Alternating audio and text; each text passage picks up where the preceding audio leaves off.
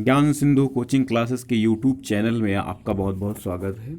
आज हम आपके लिए लेकर आए हैं गद्यांश आधारित प्रश्नोत्तर जो आपके इंटरमीडिएट परीक्षा 2021 में आने वाले हैं। बहुत महत्वपूर्ण है। इतनी उम्दा तरीके से हम आपको समझाएंगे कि दिमाग में बैठता चला जाएगा।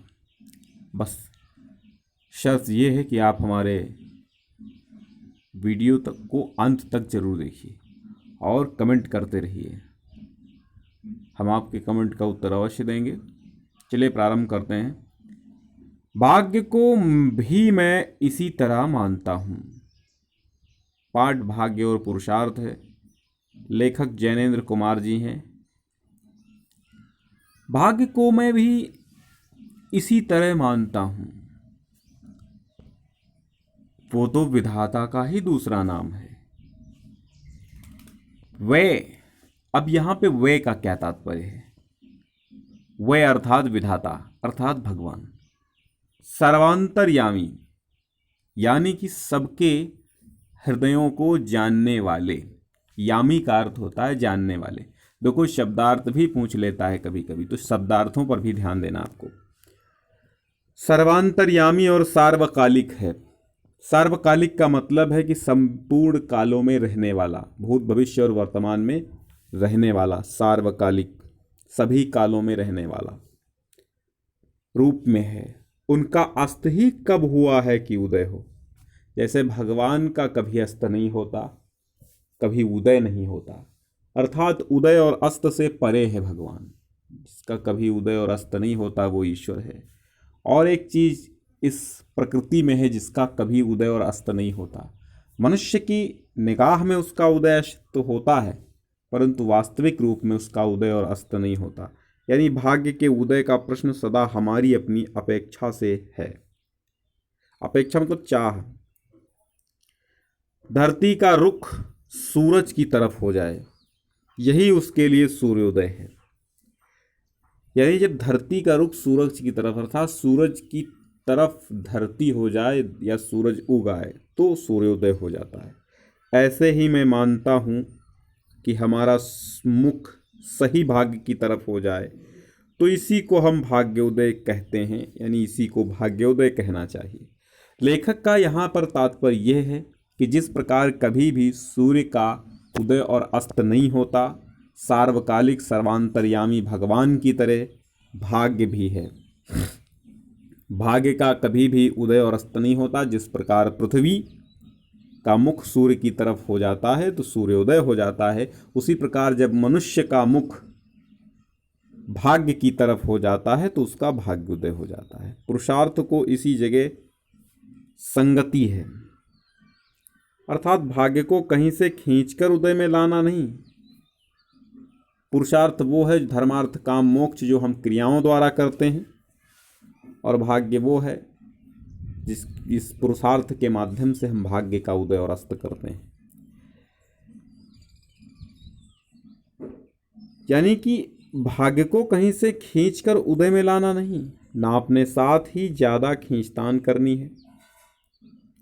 सिर्फ मुंह को मोड़ लेना है।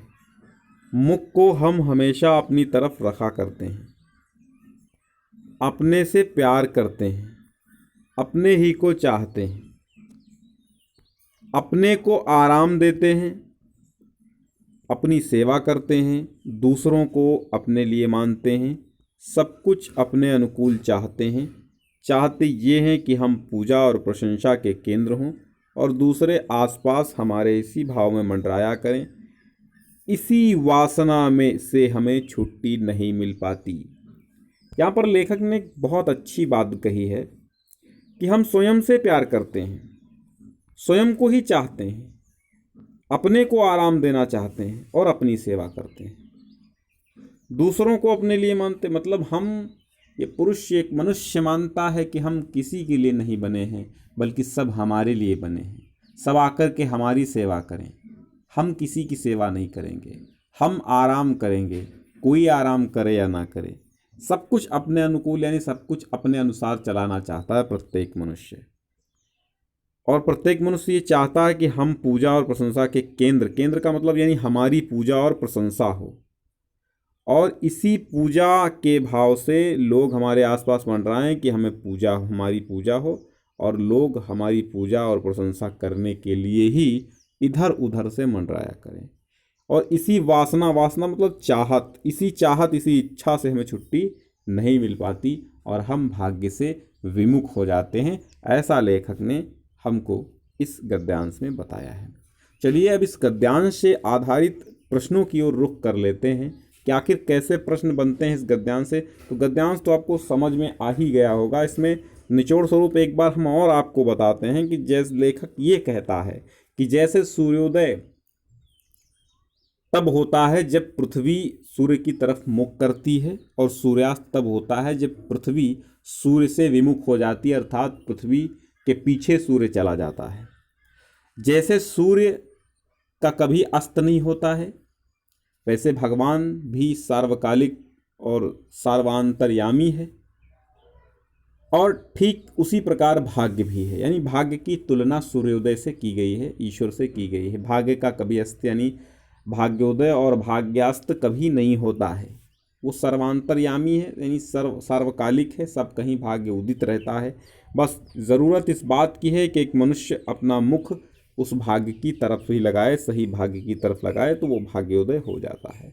परंतु एक बात और लेखक ने यहाँ उजागर की है कि प्रत्येक मनुष्य स्वयं से प्यार करता है, स्वयं को आराम देना चाहता है, स्वयं के लिए सभी को बना हुआ मानता, परंतु अपन स्वयं किस लिए बना है ये नहीं पहचानता। वो स्वयं इसलिए सोचता है कि मैं इसलिए पैदा हुआ हूँ कि दूसरों से अपनी सेवा करवाऊँ, दूसरों से प्रशंसा ग्रहण करूँ, दूसरे हमारे आसपास मंडराया करें हमारे सेवा करने के लिए, ठीक है। और इसी इच्छा से मनुष्य को छुट्टी नहीं मिल पा रही है, वो पुरुषार्थ में नहीं लग रहा। और जब तक व्यक्ति पुरुषार्थ में नहीं लगेगा तो उसको उसके भाग्य का उदय हो ही नहीं सकता। चलिए इससे संबंधित प्रश्न देख लेते हैं। पहला प्रश्न आपका ये है, गद्यांश का संदर्भ लिखिए। तो सब कहीं कॉमन प्रश्न है, भागवत प्रसाद जैनेन्द्र कुमार लेखक। तो ये कॉमन प्रश्न है, ये प्रत्येक स्टैंजा यानी प्रत्येक गद्यांश में आपको प्रत्येक पैसेज में मिलेगा कि गद्यांश का संदर्भ लिखिए। तो आप ज़रूरत इस बात की आपको है कि आप जिस पाठ को पढ़ें नहीं बल्कि उस पाठ को सीख लें। जैसे मैंने आपको सिखा दिया, समझा दिया, बहुत अच्छी चीज़ें लिखी। इंटरमीडिएट की हिंदी आपको साधु बना सकती है, संत बना सकती है, बस समझने की बात है। समझ जाएंगे आप तो बहुत अच्छा है, बहुत आनंददायक वस्तु है। हिंदी भाषा हमारी मातृभाषा, बेहद महत्वपूर्ण और बेहद स्वादिष्ट भाषा है, सरस भाषा है। ये नीरस विषय नहीं है, मैथ की तरह, साइंस की तरह नीरस विषय नहीं है, सरस विषय हिंदी है। हिंदी विषय सरस है, इसमें रस मिलते रहते हैं। 9 से 11 रस देती है हमें हिंदी। धर्मार्थ काम मोक्ष सब कुछ सिखाती है हमारी हिंदी, ठीक है। तो गद्यांश का संदर्भ आपको लिखना है। संदर्भ आप समझते हैं। प्रस्तुत गद्यांश हमारी पाठ्य पुस्तक गद्य गरिमा के भाग्य और पुरुषार्थ नामक पाठ से अवतरित है। इसके रचयिता श्री जैनेन्द्र कुमार जी हैं, या प्रसिद्ध साहित्यकार जैनेन्द्र कुमार जी हैं, ठीक है।